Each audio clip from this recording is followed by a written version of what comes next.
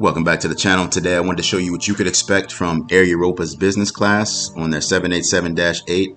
This is flight UX-194 from Bogota to Madrid. This business class is a 2-2 configuration. As you can see, it's a little bit dated.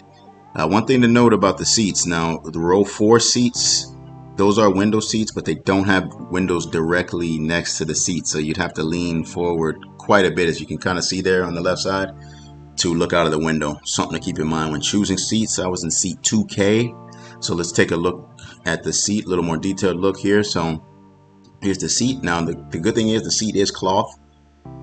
They do also give you a mattress pad, which you can put right on your seat, and I think it's necessary. The seat is a little thin, I felt like, so the mattress pad does help. So there you've got a little coat rack there, got the in-flight screen. Here's the footwell. It's a bit narrow, but you do have the option of bending your knees as far as sleeping on your side, which is good. I didn't have a seatmate, so it worked out well. They did leave the amenity kits out there for you, as well as the Air Europa branded headphones, which they were just okay. Here on the left side of the seat, you've got the in-flight entertainment control that you can use with the remote. It is a touchscreen as well. Got the seat controls, a light up there, headphone jack, USB power charging port. Here to the left side, you also have the tray table. So this comes out here. The tray table, now you can move this forward, so you can turn it, as you'll see in a second. You can turn it this way.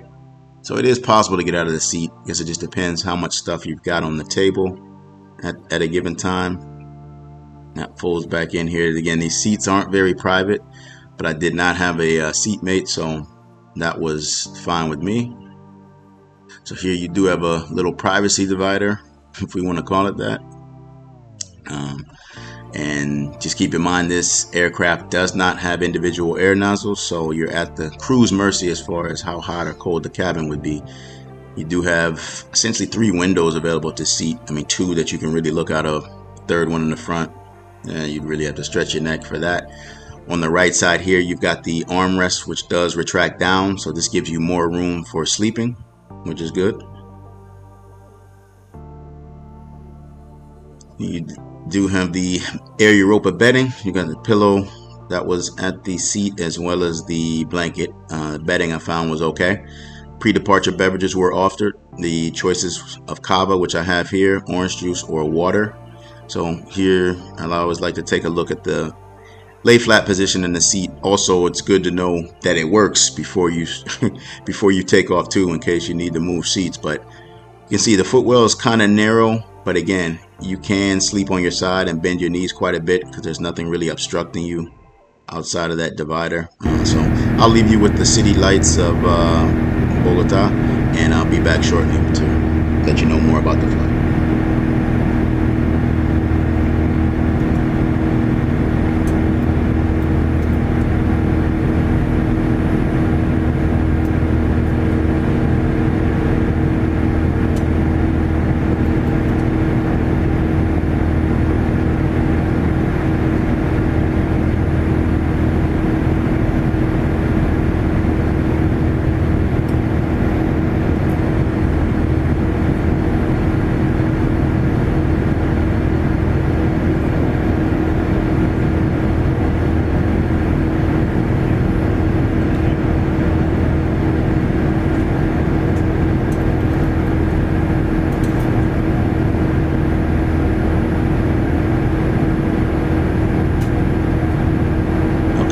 Look at the bathroom in the 787-8 on Air Europa. Again, nothing too special here. Pretty standard bathroom, as most of the bathrooms are in these aircraft that I review. But again, I always like to show you what you can expect. They did not opt for the window in this, so no window in this bathroom, if that's what you were looking forward to on the Dreamliner. As far as food goes, no menus were offered, but I was sent like a sample menu, I think a day before my flight, in my email. But here you have some chips, fruit. The bread was warm. I chose ravioli. Choices of beef, fish, or ravioli. So they got the ravioli. Got an appetizer there, hummus, carrots, and some kind of like falafel thing. And dessert there. You've got I forgot what this cake was, but it was pretty good. Overall, I felt the meal was okay. Ravioli was okay. Flavor wasn't the greatest, but it was suffice. It craved, it filled me up. I guess that's the point I want to get at. So here's the Wi-Fi. So they give you a card with how to connect, and I'll take you through the kind of painfully slow process of connecting through that, just to show you I guess how long it takes and your options as far as Wi-Fi on Air Europa. Unfortunately, yeah, I thought when they gave me the card, maybe there was an option for free Wi-Fi for business class, but no, that wasn't the case. Really just an instructional card on how to log in to the Wi-Fi and how to pay for it, I guess. So they do have a few options as far as Wi-Fi goes, as you'll see here shortly. So once you finally do get connected, they'll give you the options here. So you kind of a chat option for 10 euros. Essentially, you can use WhatsApp or messengers. Navigation option, kind of a basic option, really. And then you got the Navigation Pro option, which I guess that's the best option there. As you can see the price there, 35 euros for the best option. So those are your Wi-Fi options on Air Europa. I didn't utilize any of them, but yeah, the chat option to me should be free everywhere. But let's take a look at the in-flight entertainment screen quickly. Here you got movies, TV shows, music. Again, you got a page there about the Wi-Fi here. So here's movie selections. So they've got the genres broken down there, as you can see. You got a TV section here. Touchscreen was fairly good. So I did at times have to hit it a few times, but fairly responsive. Music options, got game options here, 2D and 3D. You got the Wi-Fi there, letting you know that what's on board, the options there. If you can see the same options there, these are in English. And here we've got a kids section.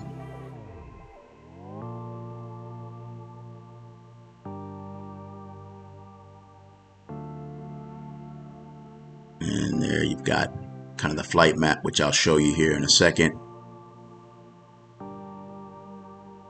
And it is kind of nice. They put a dinner icon as to when they'll be serving the meal. They didn't do that for breakfast, but that's kind of cool. They have the icon there with the utensils letting you know that about when your meal should be served. So here's a look at the flight map. I'll let you take a look at that.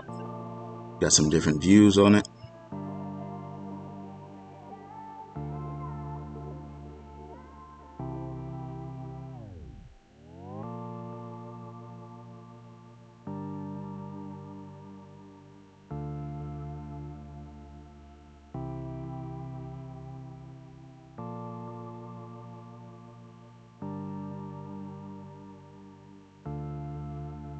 Okay, so breakfast was served about an hour and 40 minutes before landing here. So again, you got some warm bread there, got yogurt, some granola there. I chose the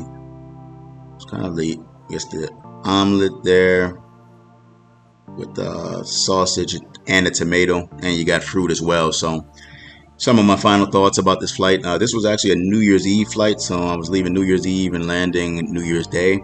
They did do a Cava toast for any passengers awake at midnight once we were crossing over midnight in whatever time zone we were in.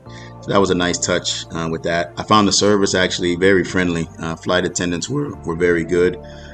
Again, there was no menu offered, but again, at least I did get a sample menu of what would be offered on the flight a day before, and it was fairly accurate to what the choices were as far as food goes.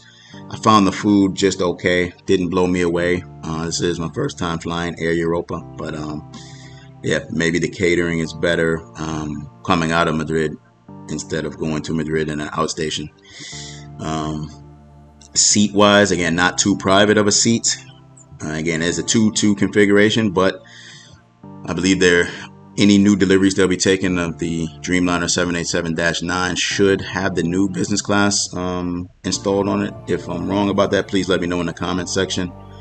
And yeah, that was my experience with Air Europa.